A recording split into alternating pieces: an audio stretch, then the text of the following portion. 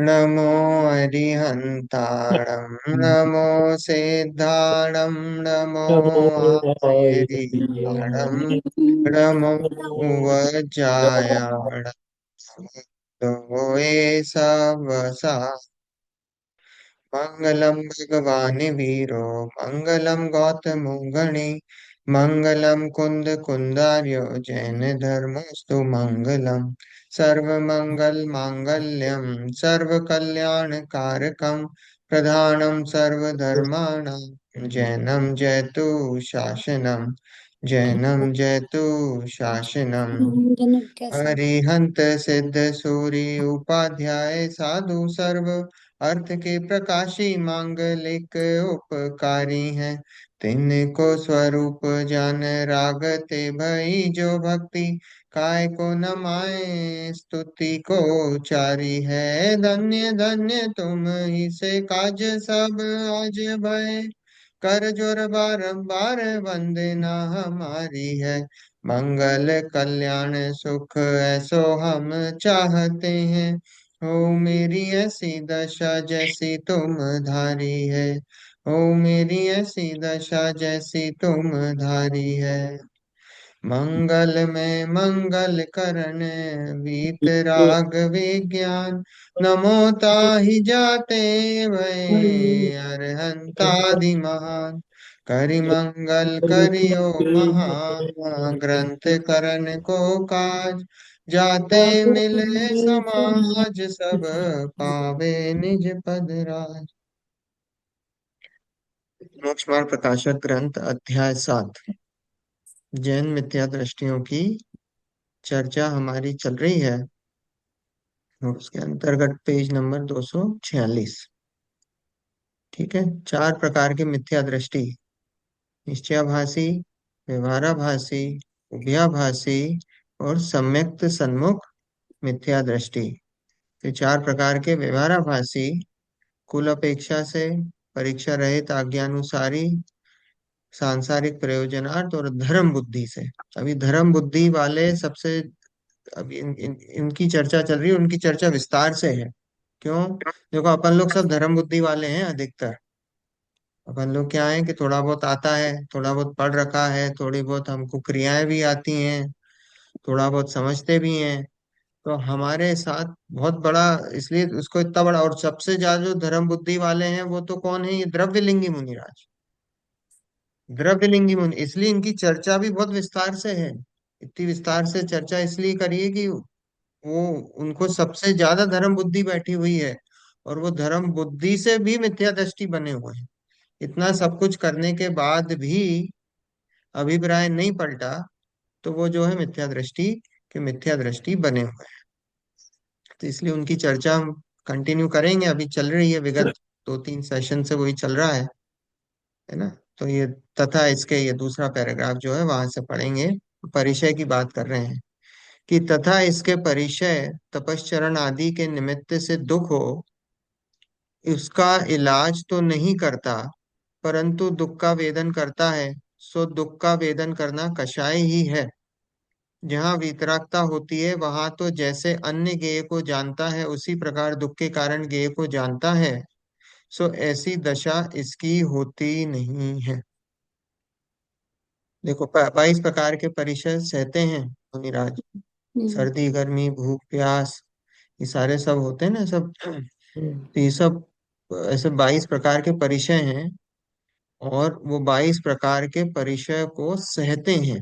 अब परिचय मतलब ये जो बाहर के जो अपन दुख मानते हैं, शरीर से रिलेटेड जो हम मानते हैं, ये परिचय है, वो परिचय जय करते हैं। तो यहाँ लिखा है कि परिचय तपश्चरण आदि के निमित्त से दुख हो, उसका इलाज तो नहीं करता। उसका इलाज क्या है?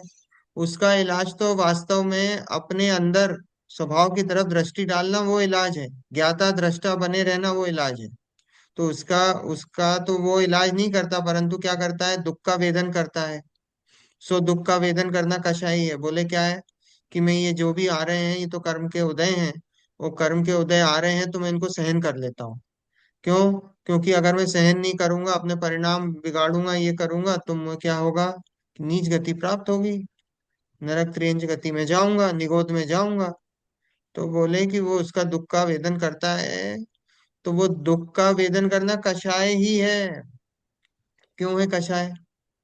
क्योंकि देखो वो उसने निदान कर रखा है क्या, कि अगर मैं ये, अगर ये दुख, ये जो कर्म के उदय आ रहे हैं, अगर ये सहन नहीं करूंगा तो मैं नरक निकोद जाऊंगा, और सहन कर लूंगा तो कहाँ जाऊंगा?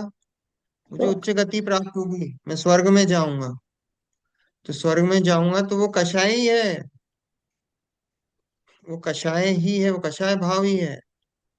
स्वर्ग में जाने का परिणाम कषाय ही है। तो मुनिराज को ऐसा भी होता है कि भाई, जैसे आजकल है इतना ठंडा हो रहा है, तो इतनी ठंड तो वो तो शरीर को लगेगी लगेगी, शरीर को कैसे नहीं होगा कि ठंड नहीं लगेगी। तो वो शरीर को अपना मानते नहीं है ना, मान्यता में फर्क है। शरीर को तो लग रही है, पर हाँ। वो शरीर को ही अपना नहीं माना, तो वहां मान्यता में फर्क आ गई ना। तो शरीर अपना नहीं माना तो फिर ठंड कैसे लगेगी? मान्यता का फर्क है ना। आज हमारा बच्चा है, और हमारे बच्चे को मान लो कहीं लग गई है, हम्म। और साथ में कोई दो बच्चे और खेल रहे थे, उनको भी लगी। तो हम वो जो दूसरे दो बच्चे हैं उनके लिए दुखी होते हैं क्या? नहीं होते हैं, नहीं होते उनके लिए दुखी। जब इतना नहीं हमारे बच्चे होता। को लगी तो हम दुखी होते हैं, क्यों? क्योंकि हाँ। मान्यता है हम्म। कि वो मेरा है। तो ऐसे ही शरीर है, शरीर में मान्यता है, जब तक ये मेरा है हम्म। तो उसके कारण राग द्वेष है, उसके कारण दुख है। और जहां उससे अलग हो गया, पर द्रव्य है, फिर शरीर को ठंड लगे गर्मी, उससे क्या फर्क पड़ रहा है? क्या हम्म। फर्क पड़ रहा है? आप बताओ कि वो गज कुमार मुनि को आभूषण पहना, सिगड़ी जला दी, सर पे सिगड़ी जला दी। अब कुछ हुआ? सर पे सिगड़ी जला दी तो बोले कि उनको दुख नहीं हो रहा होगा क्या? Of course. तो वो तो मोक्ष चले गए। हम्म। तो मोक्ष चले गए तो इसका मतलब दुख नहीं हो रहा। अरे Nandya, भाई, can you दुख please? कहाँ से होगा दुख उनको? दुख कैसे होगा? तो बोले दुख नहीं हो, क्योंकि वो तो पड़ोसी जैसा देख रहे हैं उसको। हम्म। दुख थोड़ी है उसका, वो पड़ोसी वत है। तो जैसे वो दूसरे के बच्चे को देखते ना, अपन रोड पे जा रहे हो, गाड़ी से जा रहे हो, या किसी को कुछ देखा हमने, कुछ हो गया, हम आगे बढ़ गए, हम्म। बस वही स्थिति होती है कि भाई आगे बढ़ गए। हम्म। तो ऐसा ये नहीं, पता नहीं, पता डिटैचमेंट, भी लग रहा है, ज्ञान में सब दिख रहा है, पर उससे अपनापन नहीं है। तो ये जो हाँ, डिटैचमेंट ऑफ सेंसेस है, ये फिर किस तरह अचीव कर सकते हैं हम जैसे लोग? वही तो प्रॉब्लम। तो वो देखो डायग्नोसिस तो ऐसे, वही है। पहले हाँ देखो, जी। पहले आप उस पे मत जाओ कि आप में सीधे मेरे सर पे सिगड़ी जल जाए, नहीं नहीं, वो और मैं नहीं, जो है ना, वो छोटी उस छोटी उस किसी वो बातों। स्टेज पे, वो स्टेज भी अपने आप आएगी। अच्छा। वो स्टेज भी अपने आप आएगी। पहले तो हमारा सारा पुरुषार्थ हाँ। किस पे होना चाहिए? अभिप्राय को बदलने पे होना चाहिए। ओके। बाकी जो क्रिया है वो तो अपने आप होगी, उसमें हमें पुरुषार्थ करना ही नहीं है, वो ओ, अपने आप होगी। ठीक है, थैंक यू। पुरुषार्थ तो अभिप्राय का जो है ना, ये जो अपनापन है, जिस दिन अपनापन छूट गया, अपने आप सारी क्रियाएं होती हुई चली जाएंगी। जिस दिन आपको अपनापन छूट गया, मान लो कि किसी घर में हो आप, और अब उस घर से अपनापन है, तो अपनापन है तो जब तक अपनापन है, जब तक कैसा है कि अरे मैं इसको कहीं पे कुछ नुकसान नहीं हो जाए, कुछ नहीं हो जाए, मेंटेन करना ये। और जिस दिन बेच दिया उसको, कुछ भी हो। क्या होता है? एक समय में अपनापन छूट जाए, फिर क्या, हमको दूसरा घर दिखने लग जाता है, हमने जो दूसरा जहाँ मूव होना है। अब इस घर के बारे में सोचते अपनापन खत्म, आप सोचते भी नहीं हो, दूसरी बात छोड़ो, हैं। आगे बढ़ो, है ना। तो वही वही वाली स्थिति, जहां वो अपनापन छूटा, अपने आप क्रियाएं होती चल, क्रियाओं पे क्रिया करनी नहीं पड़, क्रियाएं तो पर द्रव्य की है, वो शरीर की, उसको क्या होती चली जाएंगी। पर वो अपनापन है, वो जो अपनापन छूटना चाहिए, अपनापन टूटेगा तो काम होगा। और हम क्या करते हैं? हमारा सारा का सारा पुरुषार्थ होता है कि क्रियाओं पे सिगड़ी जला लो, ये कर लो, वो कैसे होगा, ये कैसे होगा। भाई साहब, वो अपने आप होगा, मत घबराओ। वो सिगड़ी जलनी होगी, जल भी जाएगी, पता भी नहीं पड़ेगा।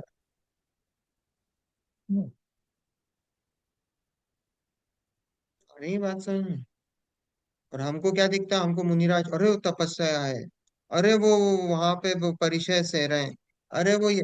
अगर उनको उन परिचय सहने में सुख या आनंद की वेदना ना हो तो वो क्यों सहे? फिर धर्म करने का फायदा ही क्या है जब आपको उसमें से आनंद और सुख नहीं मिले? अगर वहां पे भी आपको वेदना हो, दुख हो, फिर किस बात का धर्म है? धर्म किस लिए करा जाता है? सुखी हो। हम सब यहाँ क्यों है? कितनी बार चर्चा करते हैं, हम सब सुखी होने के लिए। हम सबका एक ही उद्देश्य है, मोक्ष भी नहीं जाना है, सुखी होना है। अब वो बात अलग है कि हाँ भाई सुख मोक्ष में है, अपनी आत्मा में है। वास्तव में तो अब वो जगह बता दी मोक्ष, पर सुख अपनी आत्मा में है। ठीक है। तो हमारा लेकिन अभिप्राय क्या है सबका? सुखी होने का अभिप्राय, सुखी होने के लिए। तो धर्म भी क्यों करते हैं? सुखी होने के लिए करते हैं। अगर सुखी, उसमें सुख की अनुभूति ना हो तो फिर मुनि बनने का फायदा ही क्या हुआ? फायदा क्या हुआ? मुनिपना क्यों प्रकट हुआ? भाई मुनिपना में तीन कषाय चौकड़ी का अभाव है, तो तीन कषाय चौकड़ी के अभाव पूर्वक बहुत सुख है। और हम जिस तो दिन अभी सुख की हमें पता ही नहीं है, अता पता ही नहीं है हमें तो, क्योंकि सम्यक दर्शन होता है जब जाके सुख प्रारंभ होता है। अभी तो हमें सब दुख ही दुख है। सुख हमें पता ही कहाँ है? सुख की डेफिनेशन ही कहाँ है? हमें पता ही नहीं है। कोई हमसे पूछे सुख क्या होता है, तो जो बोले साहब जो जिस दिन हमें सम्यक पता होगा हम दृष्टि बताएं। जो सम्यक दृष्टि लोग हैं तो उनको ऐसा फील होता होगा, फिर इसका मतलब। सम्य दृष्टि जो है वो क्या है? वो वो अपने आप को ज्ञाता दृष्टा मानते हैं, वो अपने आप को कर्ता नहीं मानते हैं। हम्म। और वो जो ज्ञाता दृष्टापना मानना है, वही सुख है, क्योंकि वही आत्मा का स्वभाव है। और जो स्वभाव है, स्वभाव में ही सुख है। करने का स्वभाव नहीं है आत्मा का, आत्मा का जानने का स्वभाव। हम अपने आप को जानने वाला तत्व मानेंगे, सुख का प्रारंभ हो जाएगा। ऐसा है। देखो क्या लिखा है, जहां वीतरागता होती है वहां तो जैसे अन्य ज्ञेय को जानता है, उसी प्रकार दुख के कारण ज्ञेय को जानता है। सो ऐसी दशा उसकी इसकी होती नहीं है। वीतरागता होती है तो क्या है? तो हम्म। जैसे लिखा है वहां तो जैसे अन्य ज्ञेय को जानता है, उसी प्रकार दुख के कारण ज्ञेय को जानता है। वीतरागता होती तो कैसा है कि भैया ये जानता है कि ये इन गेयों के निमित्त से दुख होगा, इन गेयों के निमित्त से, है ना? देखो वास्तव में तो जो वीतरागता होती है सब साक्षी भाव से सारे गेयों को जानता है। वास्तव में कोई गेय किसी को सुखी दुखी नहीं कर सकते। जब वीतरागता होती ना, तो वीतरागता कैसी है कि कोई भी गेय, कोई भी पर पदार्थ मुझे सुखी दुखी नहीं कर सकता। पर पदार्थ में इतनी ताकत ही नहीं है। वो पर पदार्थ अपनी सत्ता में है, मैं अपनी सत्ता में हूँ। पर पदार्थ मेरे में प्रवेश नहीं कर सकते और ना मैं पर पदार्थ में प्रवेश कर सकता हूँ।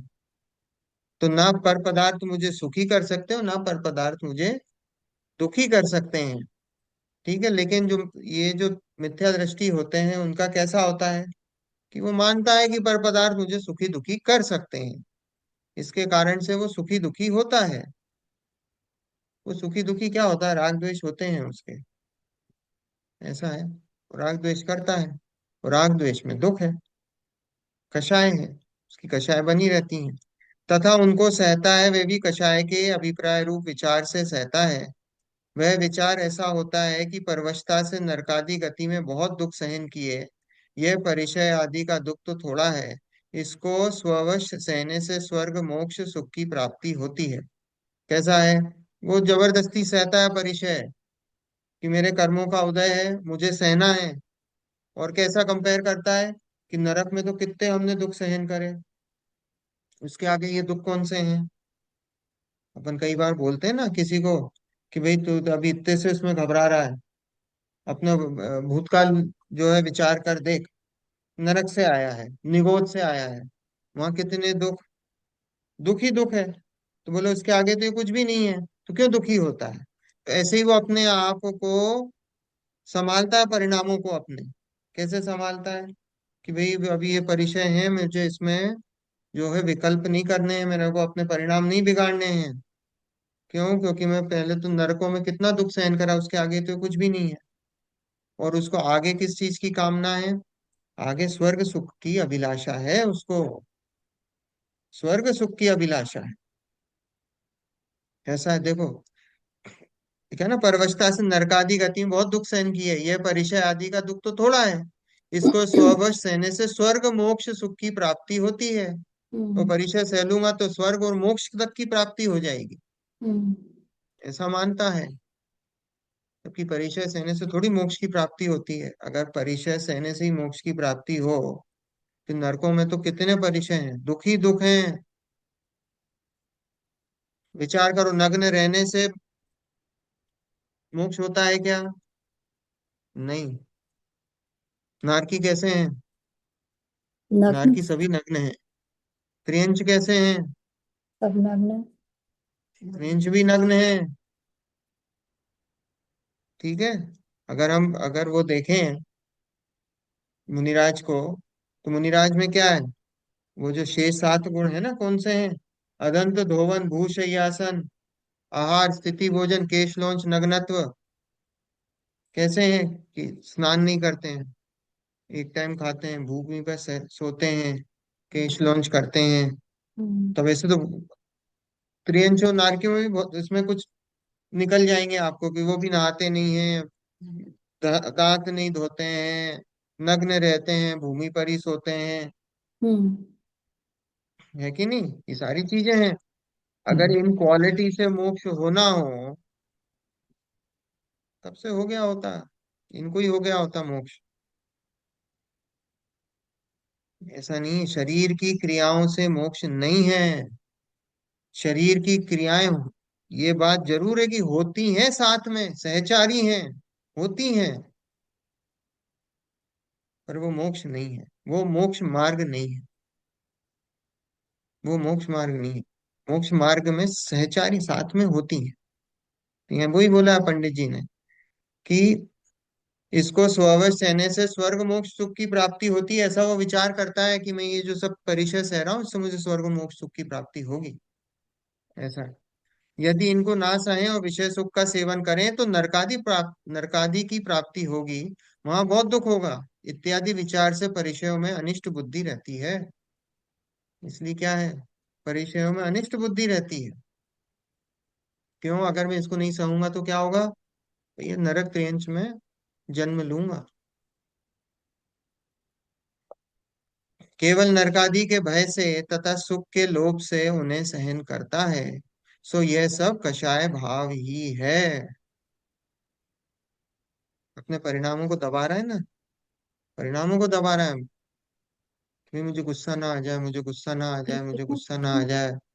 मुझे ये सहना है। तो वो ये भी कषाय भाव ही है, क्योंकि विकल्प चल रहे हैं, कषाय भाव ही है। और तेरा अंत में प्रयोजन क्या है? मैं स्वर्ग में जाऊंगा, इनको सहन करूंगा, इस शरीर के ऊपर जो भी जो हो रहे हैं परिचय, इनको सहन करने से मेरे को स्वर्ग और मोक्ष सुख की प्राप्ति होगी। ऐसी उसकी मान्यता है। अगर तो कषाय ऐसा भाव ना ही है। माने कि ईश्वर की प्राप्ति होगी तो बाकी ये सब काम करता रहे, फिर भी तो उसको स्वर्ग ही मिलेगा। स्वर्ग तो अभी भी मिल जाएगा उसको। हम्म। अगर कषाय मंद है, स्वर्ग जाने का परिणाम क्या है? कि कषाय। कषाय में मंदता। ये। कषायों में मंदता वो स्वर्ग जाने का परिणाम है, तो कोई बड़ी बात थोड़ी है। आपको पता है जब 2000 सागर का जो काल है, अपन ने बताया था 2000 सागर से अधिक की जो त्रस पर्याय है, वो हम्म। 2000 सागर से अधिक की त्रस पर्याय में जो है वो अधिकतर काल स्वर्ग में रहता है। अगर वो पूरी त्रस पर्याय मिली, मान लो आप, हम्म। अगर 2000 सागर से कुछ अधिक, है ना, अगर वो पूरी त्रस पर्याय मिली आपको, तो वो जो पूरी त्रस पर्याय मिली ना, उसमें ज्यादा काल आप, करीब 1300 कुछ सागर, हम्म। आप स्वर्ग में रहते हो। नरक का तो कम है। नरक का तो कुछ 600-700 कुछ है, और फिर बाकी स अधिक में त्रियंच और मनुष्य वो सब आ जाते। मतलब हम्म। स्वर्ग में आप ज्यादा टाइम स्पेंड करते हो, वजह नरक से।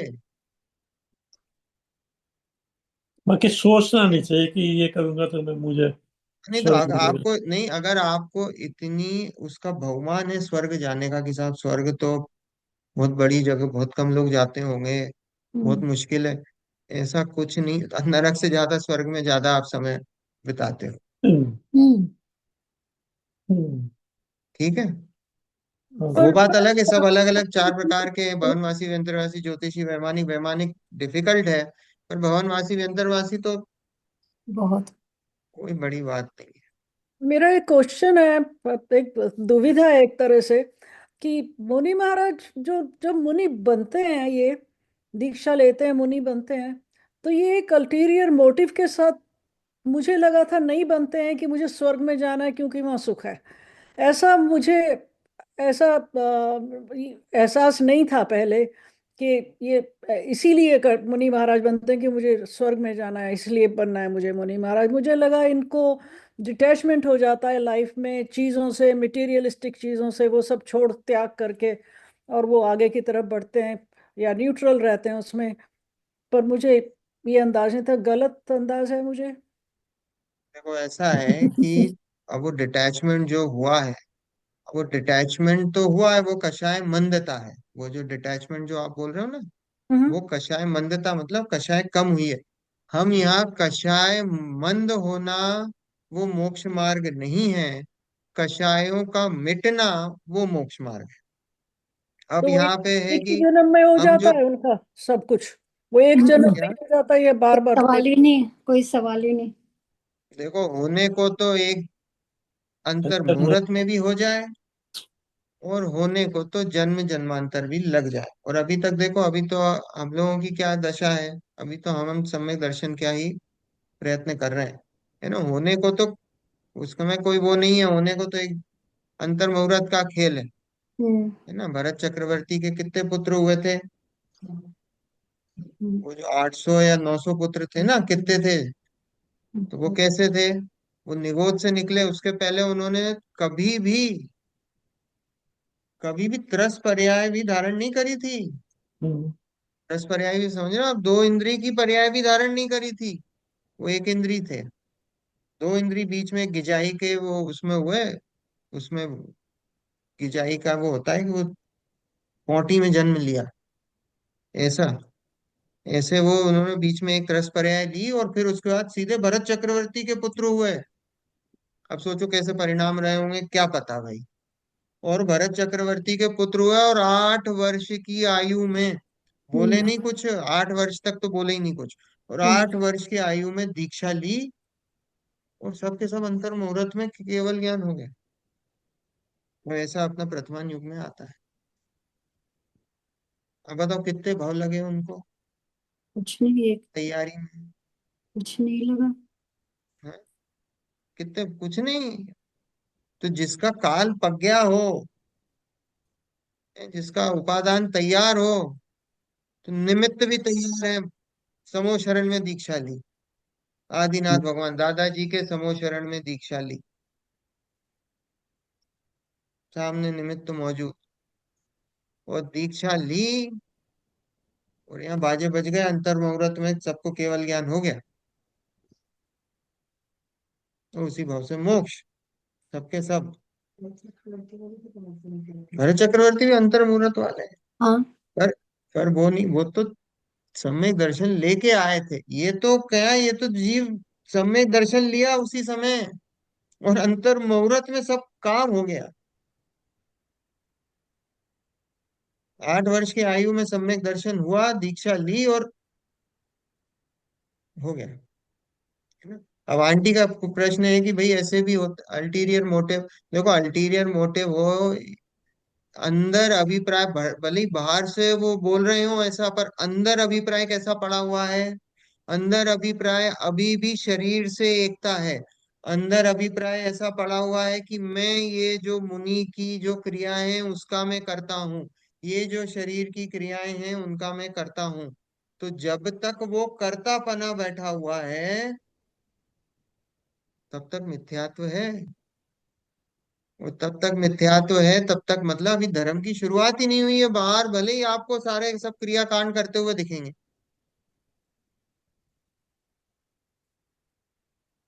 हम्म। बने किस लिए थे। अब अपन कितने ही बोलते ना, बने किस लिए थे, वो कर क्या रहे हैं।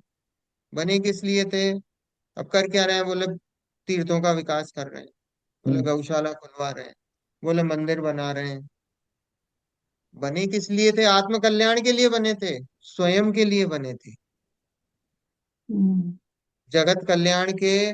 आपको पता है तीर्थंकर का जीव जब मुनि दशा में होता है, एक मौन हो जाता है, एक भी प्रवचन भी नहीं देता है। तीर्थंकर का जीव है ये। हम्म। हम्म। महावीर भगवान 12 साल मुनि अवस्था में थे। आप सोचो, एक शब्द नहीं बोले 12 साल। हम्म। किस लिए बने थे मुनि। भैया जगत कल्याण की, जगत का जो होना होगा, तो ज्ञाता दृष्टा है। होना है उनका, उनकी होनार होगी तो वो भी बनेंगे, और वो भी वैसे ही अपना उनका मोक्ष मार्ग प्रशस्त होगा।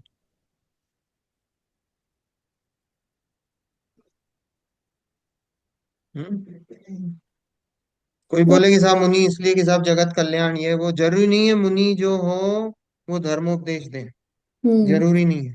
हम्म। जरूरी नहीं है बिल्कुल। क्यों। क्योंकि भाई वो अपने लिए उन्होंने मुनि अवस्था धारण करी, उनको इस समय नहीं बिगाड़ना धर्मोपदेश में।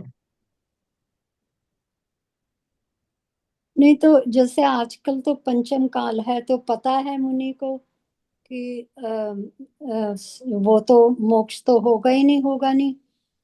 तो क्या उनके मन में भाव रहते होंगे कि या तो कि भाई हाँ, मोक्ष की सीढ़ी पे चढ़ने वाला काम कर शुरू कर दिया मैंने अब यहाँ दीक्षा लेके। दीक्षा लेने ही अपने आप को मानते हैं कि दीक्षा ले ली हाँ। और मेरा हो गया छठा गुणस्थान। हम्म। अभी सम्यक्त का अता पता है नहीं। और सम्यक्त क्या मानते हैं, जो व्यवहार सम्यक दर्शन है वो सम्यक दर्शन है।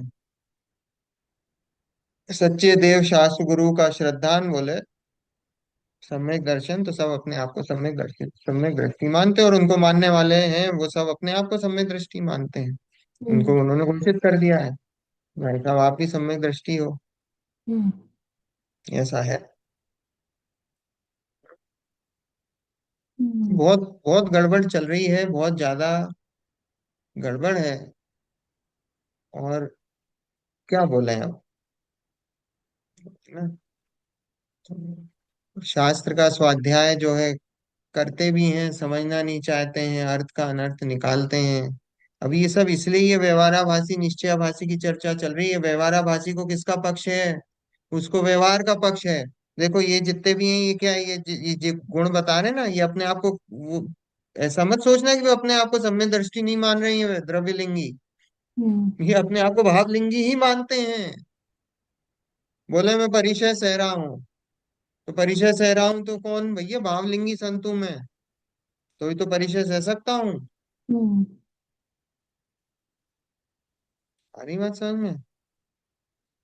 निरति चार रूप से 28 मूल गुणों का पालन कर रहा हूँ, कौन भाई, भावलिंगी ही तो है, तो ही तो कर सकते हैं। ऐसी उनकी मान्यता है। हम्म। पर अंदर अभिप्राय जो है, वो अभिप्राय में खोट है। देखो आप पूरे जगत को किसी को भी धोखा दे सकते हो, कर्मों अपने। को धोखा नहीं दे सकते। हम्म। कर्मों को धोखा नहीं दे सकता। आप जगत में सबको धोखा दे दो, अपने आसपास वाले सबको धोखा दे दो, पर अगर मिथ्यात्व बैठा है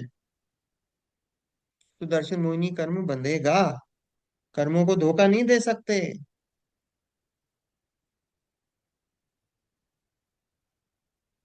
संसार मार्ग पूरा खुला है।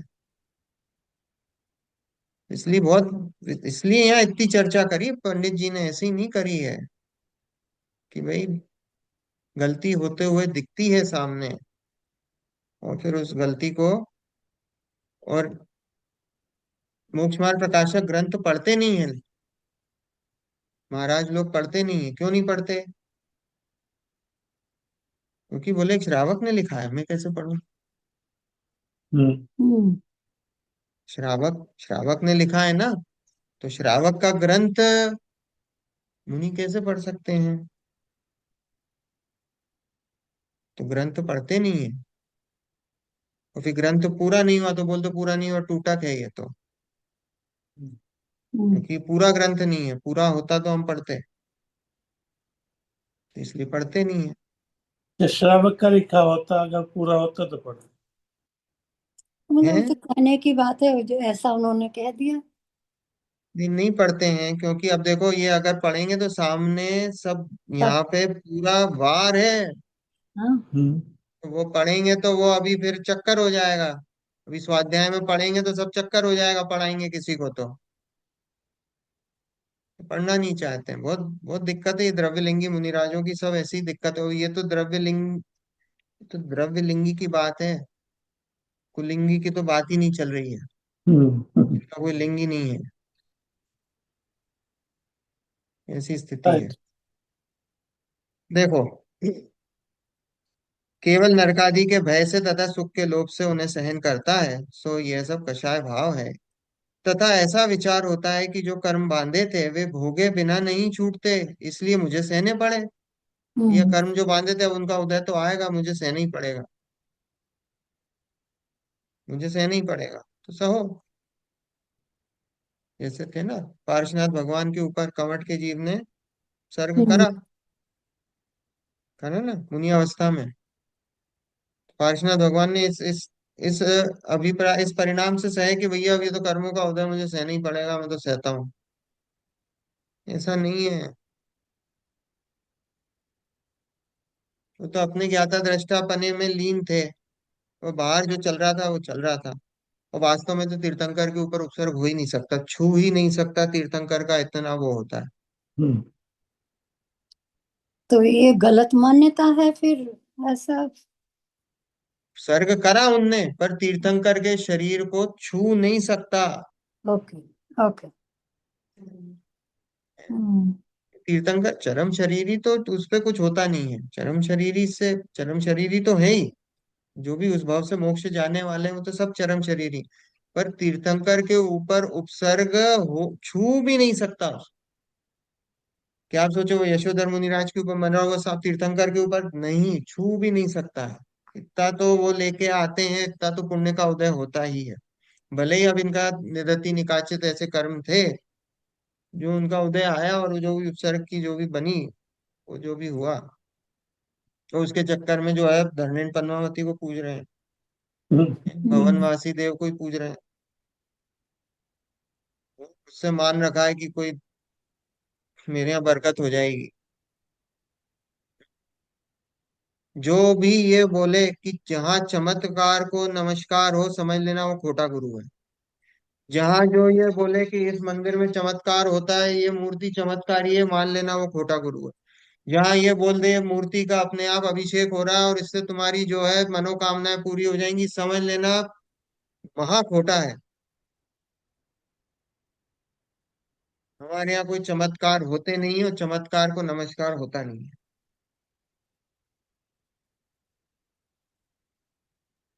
सब खोटा है, कपोल कल्पित है। और जहाँ चमत्कार होना बस ऐसे ही होता है कि वो मूर्ति के ऊपर थोड़ा सा जल गिर जाता है। तो ये करना था देवों को चमत्कार, कोई ढंग का करते, कोई रत्न वत्न बरसाते, हल्के से दो चार पानी की बूंदे बरसा देते हैं।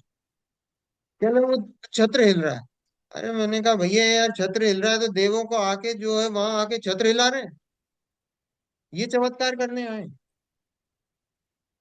आप थोड़ा विचार तो करो। कोई करना था तो किसी का दुख दूर करते, कुछ करते, पैसे वैसे कुछ रत्नों की बारिश करते, कुछ करते, कुछ देखे जा, तो छत्र हिला गए। और जनता पागल हो रही है, वो कह रहे हैं साहब यहाँ पे, और कपूर का कह रहे हैं इनका कैंसर दूर हो गया, इनका वो हो गया, उनका फलाना हो गया। भैया अगर दूर हो गया, ये बताओ कि वो तुमने इलाज रुकवाया था क्या अपना? जब तुमने वहां भगवान के दर्शन करने गए थे, तुमने दर्शन करे तो उस समय इलाज रुकवाया था क्या अपना? इलाज तो चल रहा था तुम्हारा बराबर डॉक्टर से। और अब ये बोल दिया कि साहब वो वहां दर्शन करने गए तो वो उससे दूर हो गया, ये क्यों नहीं बोला कि वो डॉक्टर का इलाज चल रहा था उससे दूर हुआ?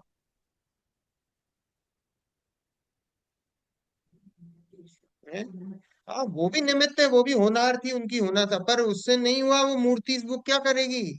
हमारे भगवान तो भैया ज्ञाता दृष्टा है, तो ये तो पाषाण की मूर्ति है, मान रखा है। ये मंत्र कर लो, ये फूक दो, ये कर दो, वो कुछ नहीं होता, अपने आप को ठगा रहे हो।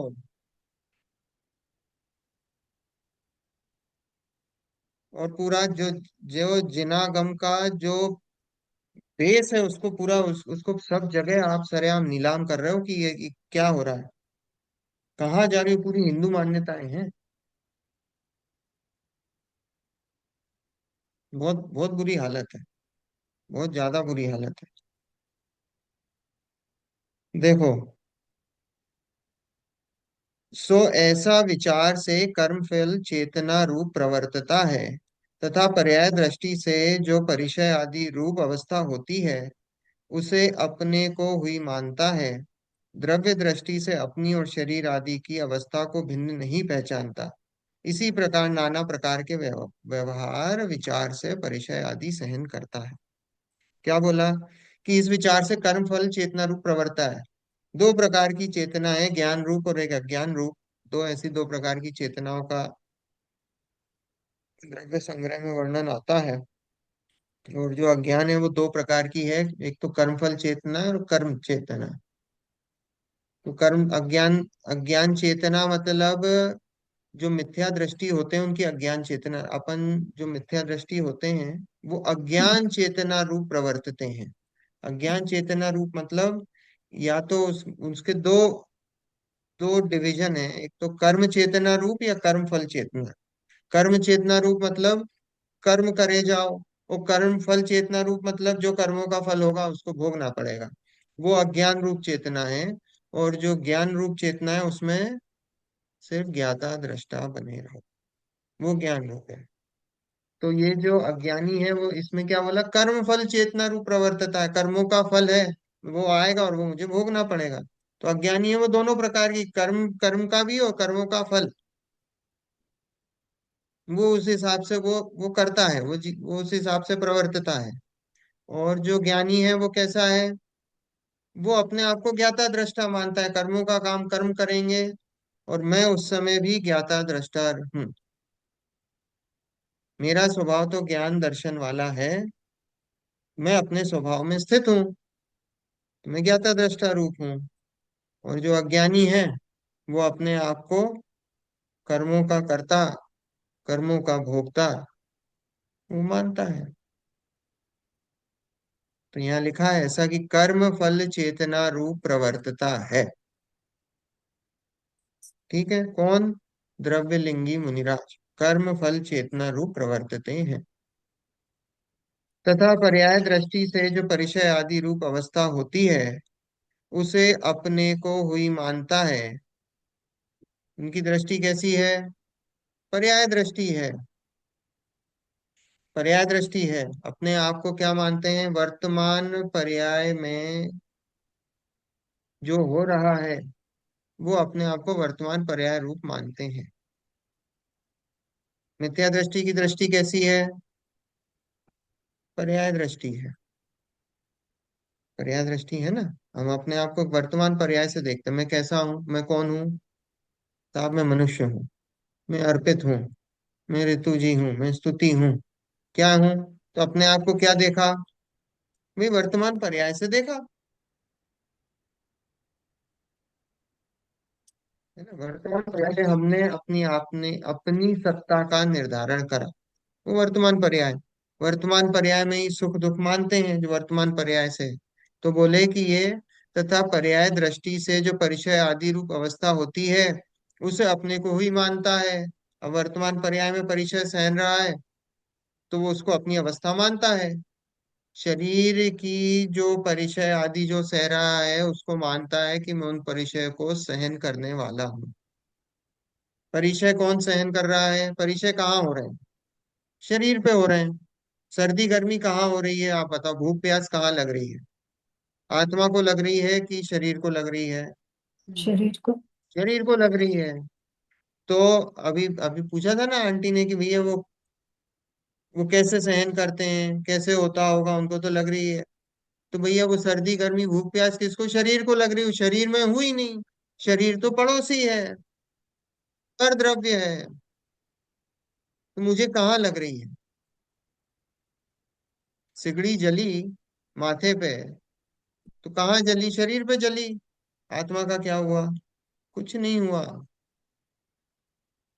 वो तो पड़ोसी जैसा दिख रहा था। तो यहाँ ये लिखा है कि पर्याय दृष्टि से परिचय आदि रूप अवस्था होती है, उसे अपने को हुई मानता है। द्रव्य दृष्टि से अपनी और शरीर आदि की अवस्था को भिन्न नहीं पहचानता। द्रव्य दृष्टि नहीं होती उसकी।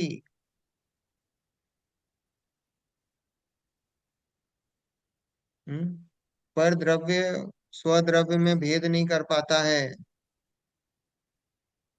पर्याय और द्रव्य में भेद नहीं कर पाता है। तो बोला कि वो अपने को और शरीर को एक ही मानता है,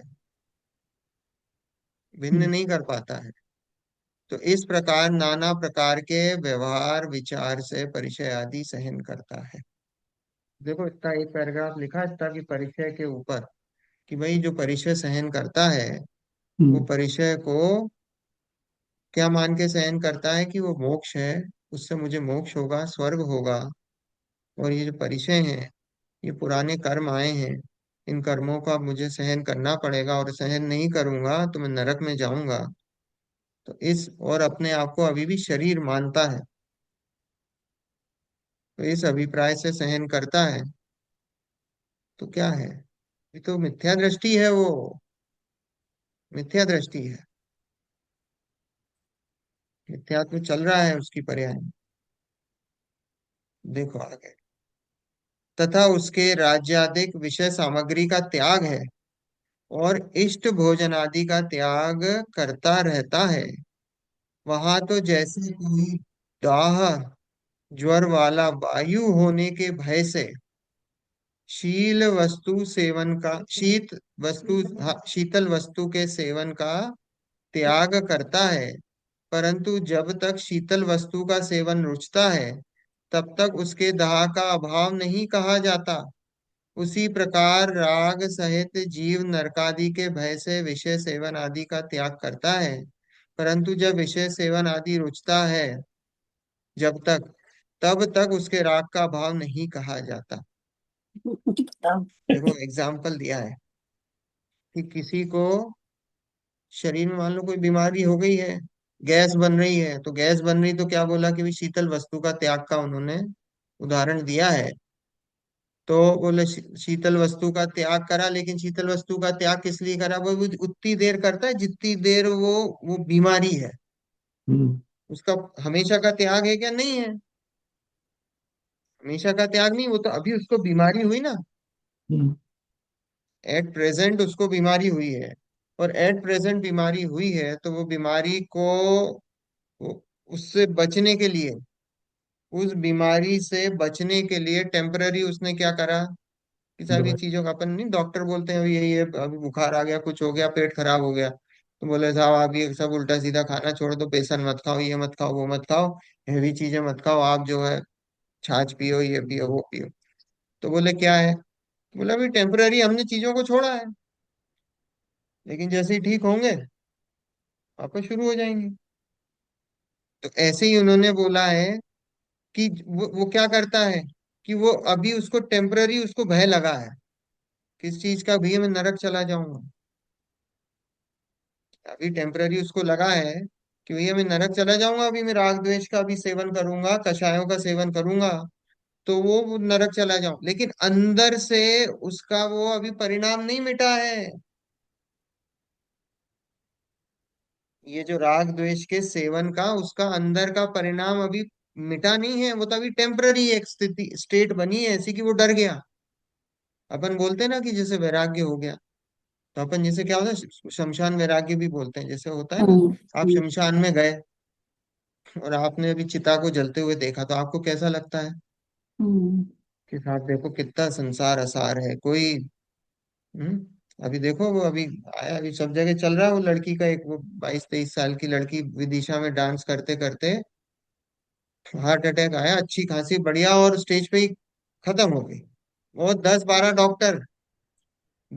डॉक्टर थे वहीं, मेरे मेरे खुद के परिवार के डॉक्टर एमडी, मेरे कजिन और उनकी वाइफ दोनों एमडी एमएस है। वो दोनों वहाँ महिला संगीत में थे, वो बोले 10-12 डॉक्टर थे, नहीं बचा पाए उसको। 22-23 साल की लड़की थी। हम्म। हम्म, अब सुन के कैसा लगता है? तो अब वैराग्य आ जाता आपको एकदम से, देखो कैसा संसार की असारता देखो। वो हम्म, अपने किसी रिश्तेदार के यहाँ शादी में गई, संगीत में नृत्य कर रही थी, उस स्टेज पे ही खत्म हो गई। हम्म। कौन कौन सोच सकता है, आप बताओ। हम्म आप सोचो। और सब डॉक्टर भी थे, सब थे, कोई नहीं बचा पाया। बचा ही नहीं सकता, आयु से जीता आयु से मरता है। पर उस समय कैसा वैराग्य जागता है कि अरे सब छोड़ो, क्या हम्म, है इन चीजों में, कहाँ फंसे हो। पर वो कितनी सी देर रहता है, वो उस समय थोड़ा सा रहा, 1-2 घंटे। हम्म। फिर आ गए बच्चे और त्याचे पैपे शुरू हो गई, तो वहीं फिर लग गए संसार। फिर उनमें लग गए, फिर उनके उसमें काम में लग गए, सब भूल भाल गए, हो गया। तो ऐसे ही उसका वो आप द्रव्यलिंगी का कैसा है। आप हिंदी बड़ी ओरिजिनल बोलते हैं। चेचा पेपर शुरू हो गए। तो कैसा है द्रव्यलिंगी का भी, तो द्रव्यलिंगी का ही बिल्कुल वैसा है कि उसको हम्म, अभी टेम्पररी जो है, उसको दिख रहा है कि इसमें दुख है, राग, अभी इसमें कषायों में दुख है, राग में दुख है, संसार में दुख है। अब टेम्पररी मतलब उस भाव का बता रहा हूं मैं कि हाँ वो जो भी है, 20-25-30-40 साल, जो भी है 50 साल, वो उसको टेम्पररी दिख रहा है, पर अंदर अभी भी कषाय बैठी हुई है, टेम्पररी है।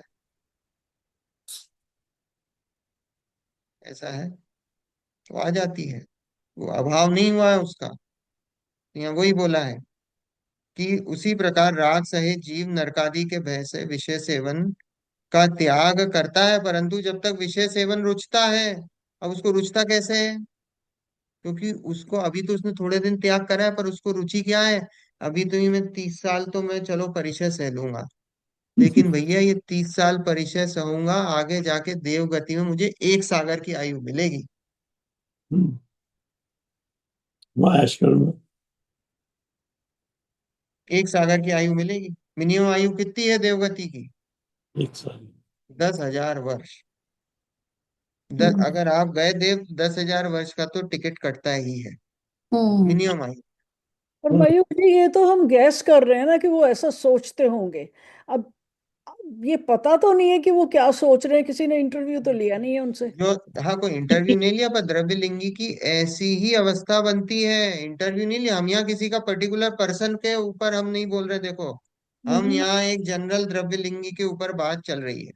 जी। हम यहाँ किसी पर्टिकुलर इंसान को XYZ ABCD को लाके नहीं बोला कि भैया ये द्रव्य लिंगी है, ये बी द्रव्य लिंगी है, ये सी द्रव्य लिंगी है। यहाँ पर्टिकुलर पर्सन की बात नहीं चल रही है, जो द्रव्य लिंगी है वो सभी द्रव्य लिंगियों का स्वरूप एक सा ही होता है।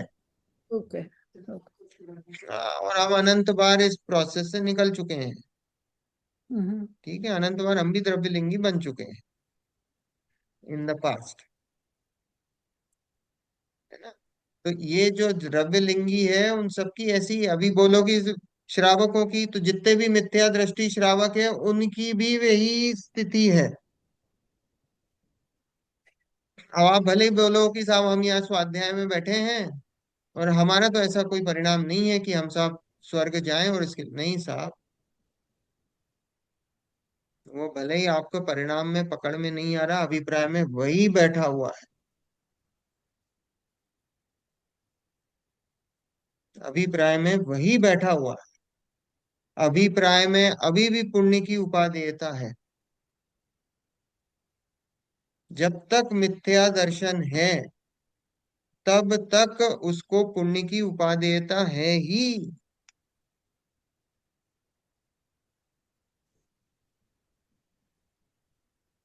धर्म बुद्धि वाले जैन मिथ्या दृष्टियों की चर्चा है। दूसरों की बात छोड़ दो, चाइनीज और इनकी तो कोई उपादेयता ही नहीं, क्योंकि उनको तो धर्म ही नहीं है, कुछ नहीं है। उनको तो खाना पीना उससे ही मतलब है। पर यहाँ तो धर्म बुद्धि वाले जैन मिथ्या दृष्टियों की चर्चा है। तो जो धर्म बुद्धि वाले जैन मिथ्या दृष्टि श्रावक भी हैं, जो स्वाध्याय भी कर रहे हैं, जो शास्त्र भी पढ़ रहे हैं, जो आध्यात्म भी पढ़ रहे हैं, और जो आध्यात्म का अभ्यास कर रहे हैं, उनके भी अभिप्राय में स्वर्ग सुख की वांछा है। और अरे वो गलत मानना काम करते डिफिकल्ट है, पर भाई साहब बात बिल्कुल खरी है, एकदम 100%। 100% है। हैं। तो मयूर जी, जो लोग, जो श्रावकों में जो लोग बहुत, मुझे वर्ड याद नहीं आ रहा है कि क्या बोलूं उसको, जो बहुत गलत तरह के काम करते हैं लोग, इवन हमारे धर्म में भी कई बार दिखते हैं कि वो लोग ठीक नहीं कर रहे हैं ये काम अपने अपने रोज के बिहेवियर में, बिजनेस में, किसी भी चीज में किसी को हर्ट कर रहे हैं, ध्यान नहीं रख रहे हैं किसी चीज का। तो उनमें, और जो लोग थोड़ा बहुत कुछ तो एफर्ट कर रहे हैं, अगर कुछ भी अच्छी तरह से किसी तरह का अच्छे स्वभाव वाला, अच्छी नेचर वाला लाइफ स्पेंड कर रहे हैं, तो उनके दोनों के बिहेवियर के वजह से, उनके व्यवहार की वजह से कुछ फर्क नहीं पड़ता फिर एंड में। फर्क है ना। फर्क क्यों नहीं है? फर्क ये है कि वो जो गलत कर रहे हैं वो तो नरक निगोद जाएंगे, और ओके। जिनकी कषाय मंद है हम्म। वो स्वर्ग और मनुष्य गतियों में जाएंगे। ओके। वो नीच गति में जाएंगे, उच्च गति में जाएंगे, पर मोक्ष कोई भी नहीं जाए। देखो यहाँ फिर वही वाली बात आ गई है। जी जी। हम यहाँ पे, अभी हम सबका प्रयोजन क्या है? हम सबका प्रयोजन सुखी होने का है, और सुख मोक्ष में है। सुख तो हमारी आत्मा में है। तो हम सबको वो जो आत्म स्वरूप है, वो आत्म स्वरूप समझने के लिए हम सब यहाँ बैठे हैं। ओके। हमारा प्रयोजन स्वर्ग में जाने का नहीं। अगर स्वर्ग में जाने का प्रयोजन है हम सबका, तो फिर क्या करेंगे हम? फिर मैं आपको पुण्य की गोलियां दूंगा। हम्म। सबको पुण्य की गोलियों का बंटवारा होगा। भैया आप ये 2 गोली ये पुण्य की ले लो, 4 गोली आप ले लो, आपके अगर आपको थोड़ी ज्यादा आवश्यकता आप 6 गोली ले लो। आ रही बात समझ में? मैं आपको पुण्य का बताऊंगा कि भाई साहब आप ये जो है पुण्य का आप ये लो आप। फर्क है। फर्क बिल्कुल है। आप ऐसा मत सोचना फर्क नहीं है। एक तो नरक निगोद में जाएगा, और एक हो सकता है बीच में इंटरमीडिएट वो स्वर्ग और इधर मनुष्य गति में थोड़े गोते खाएगा, लेकिन अल्टीमेटली कहाँ जाएगा? अच्छी निगोद बात। ही जाएगा। देखो मिथ्यात्व का फल क्या है? हम्म। पाप का फल तो नरक और त्रियंच है। मिथ्यात्व का फल निगोद है। मिथ्यात्व के फल में जीव एक इंद्रिय बनता है। अल्टीमेटली वही है, चक्कर वही है। अब 6 डाला पड़ी ना, तो 6 डाला में क्या है? यूं परिवर्तन पूरे करें, और फिर एक इंद्रिय में जाके गिरता है वो। पूरे हम्म। परिवर्तन करता है, वो स्वर्ग में जाता है, स्वर्ग से गिर के फिर अधिकतर स्वर्ग से कहाँ जाते हैं? एक इंद्रिय में जाते हैं। आप सोचो कि स्वर्ग से निकलकर जीव कहाँ जाता है? एक इंद्रिय में। ऐसा है। तो डिफरेंस है, पर वो डिफरेंस थोड़े दिन तक ही मेंटेन रहेगा कि चलो भाई, अल्टीमेटली वो मिथ्यात्व का फल ही ऐसा है कि वो जाएगा एक इंद्रिय में। वैसे ही बताया ना, त्रस पर्याय कितनी, 2000 सागर से कुछ अधिक, बस उतना ही काल होता है उसका, जीव नियम से निगोद जाता है। महावीर भगवान का जीव मारीच के जीव से जब महावीर भगवान बना, बहुत। उसके बीच में एक कोड़ा कोड़ी सागर का था फर्क। हम्म, उसके बीच में कितनी बार वो एक इंद्री में गया है, एक इंद्री में गया है। 10 10 बार पेड़ बने। 10। हाँ, वेश्या बने कितनी बार तो, हम्म। 66 बार, कितनी बार वेश्या बने। स्त्रीलिंग भी धारण की, स्त्री पर्याय में चले गए। एक इंद्री में गए सागरों तक, हाँ। सागरों तक एक इंद्री में रहे। हम्म, तो देखो डिफरेंस तो है, पर अभी हमारा वो डिफरेंस, हम आपकी दृष्टि उस डिफरेंस की तरफ नहीं ले जाना चाहते। हम दृष्टि तो आपकी बदलना है। दृष्टि कहीं और लेके जाना चाहते हैं, जो कि मोक्ष मार्ग की तरफ है, पुण्य की हम्म। तरफ नहीं है। क्योंकि पुण्य तो पूरा संसार आपको बता ही रहा है, आप यहाँ नहीं आओगे कहीं और जाओगे। देखो जो दूसरे धर्म वाले हैं, आर्य समाज वाले, वो भी 12वें स्वर्ग तक चले जाते हैं।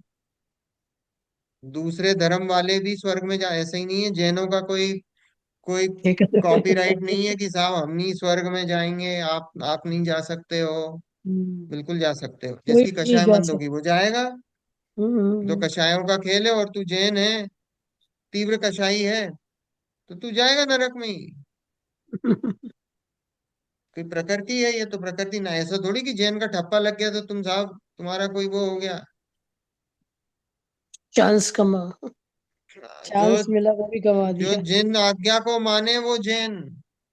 हम्म। कोई ऐसा थोड़ी है कि कुल अपेक्षा से तुम हो गए और तुम्हारा कोई हो गया, ऐसा थोड़ी है।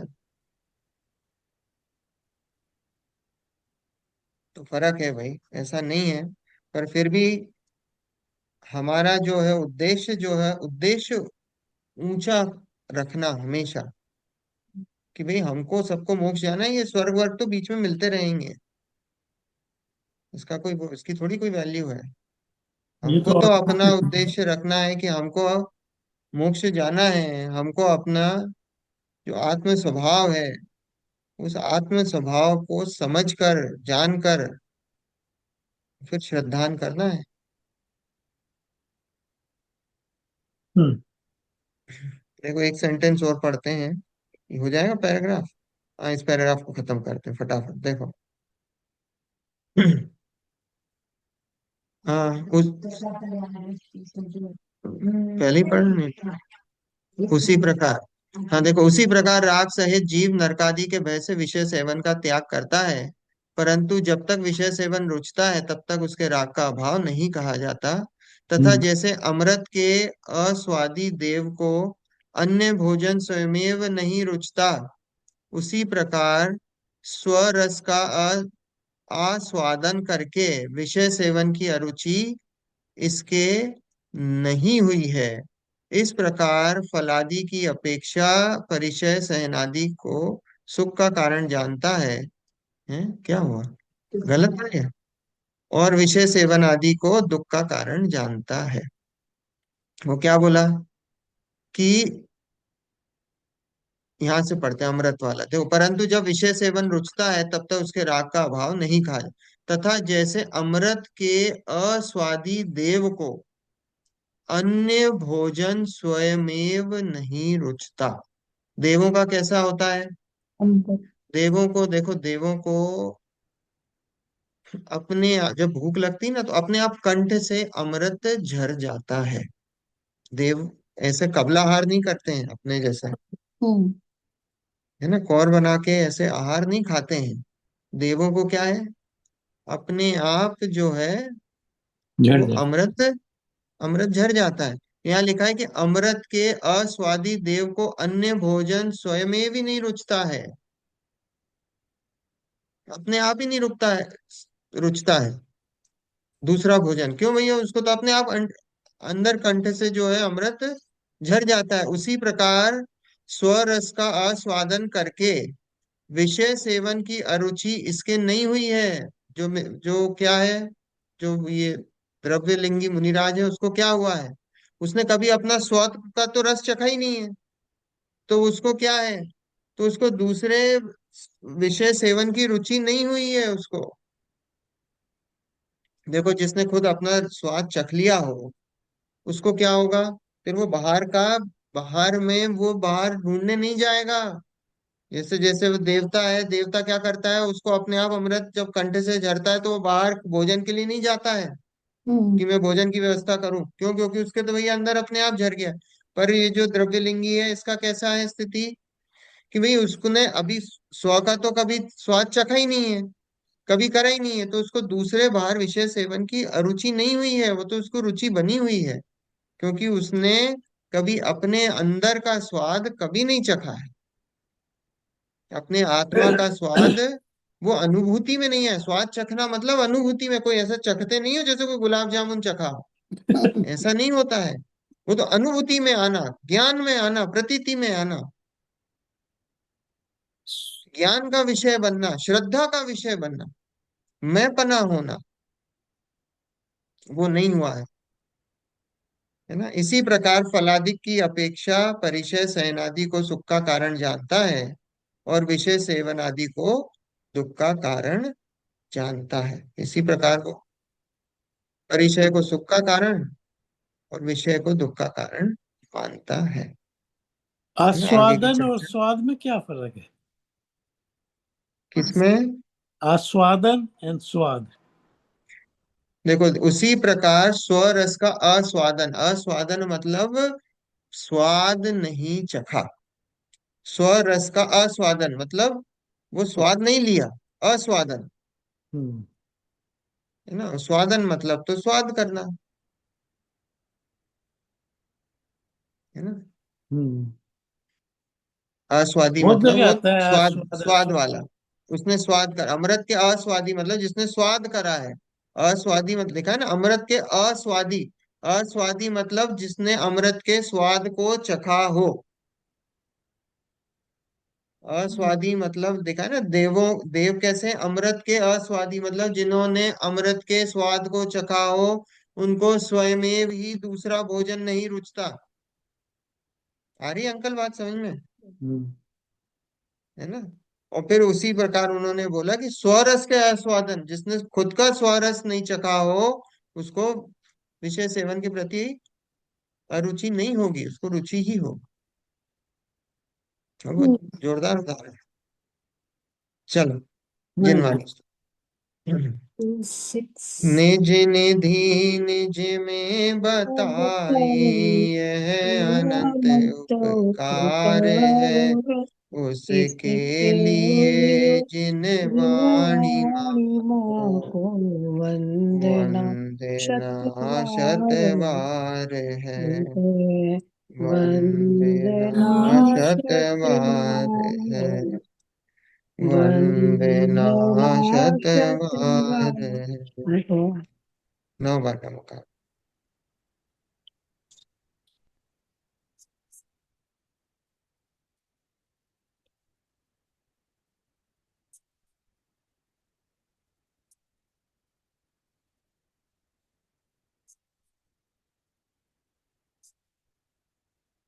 जय जिनेन्द्र। जय जिनेन्द्र। जय जय जिनेन्द्र। जिनेन्द्र। जय जय जिनेन्द्र। जिनेन्द्र। जय जिनेन्द्र। सबको जय जय जने। जिनेन्द्र। जय जिनेन्द्र।